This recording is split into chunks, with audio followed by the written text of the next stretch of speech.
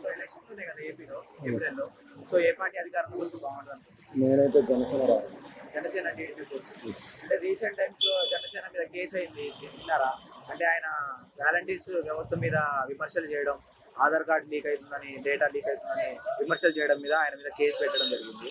అది నిజమే కదా అసలు. అది జనసేన పెట్టడం అనేది నిజమే. నాకు తెలిసి వాలంటీర్ 5,000 శాలరీ అది ఎవరికి సరిపోదు. అది ఒక కూలీలో చూస్తున్నారు కానీ ఒక బీటెక్ చదివేవాడు, ఒక డిగ్రీ చదివేవాడు వాలంటీర్ 5,000 శాలరీ అది అర్హుడు కాదు. అందులో ఫైట్ చేయడం తప్పలేదు. నేనైతే big fan of power star. నేనైతే జనసేన రావాలని కోరుకున్నా. అంటే జనసేన అభివృద్ధి అంటే ఎలక్షన్లో అధికారంలోకి వస్తే ఎలాంటి అభివృద్ధి జరగవచ్చు? నేనైతే ఒకే ఒక మొక్కలో చెప్తాను. ఈవెన్ పవర్ స్టార్కి డబ్బే కావాలనుకుంటే సంవత్సరానికి 4 సినిమాలు తీస్తే వాడి డబ్బు వస్తుంది.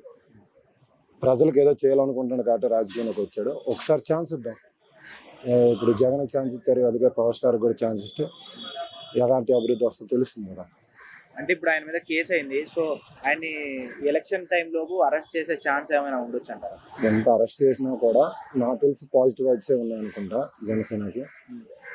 మా సైడ్ నేను వెళ్ళాను మొన్న రీసెంట్గా సంక్రాంతికి ఊరు. నెగిటివ్ వైబ్సే ఉన్నాయి వైఎస్ఆర్సీపీకి. మ్యాక్సిమం వస్తే టీడీపీ లేదా జనసేన. వైఎస్ఆర్సీపీ అయితే రాదు. నిన్ననే వైఎస్ఆర్ అంటే జగన్ గారు సభలో అన్నారు, ఫ్యాన్ అయితే ఇంట్లో పెట్టుకోవచ్చు, టీ గ్లాస్ అయితే. అవన్నీ ఏదో వచ్చేది పోరగాడు మాట్లాడిన మాటలు డైలాగ్ వేస్తే అవరు కదన్న. అవి ఏమన్నట్టు మన వీధిలో ఏదో పోరగాడు వేసిన డైలాగ్ అనేది అవి కుదరవు. దత్తపుత్రుడికి ఒక ప్యాకేజ్ స్టార్కి మనం సపోర్ట్ చేయడం అవసరం అని కూడా అన్నారు జగన్ గారు. ఇంత లేదు. ఈవెన్ నెగిటివ్ వైబ్స్ ఎందుకు వచ్చాయంటే కేవలం పవర్ స్టార్కి.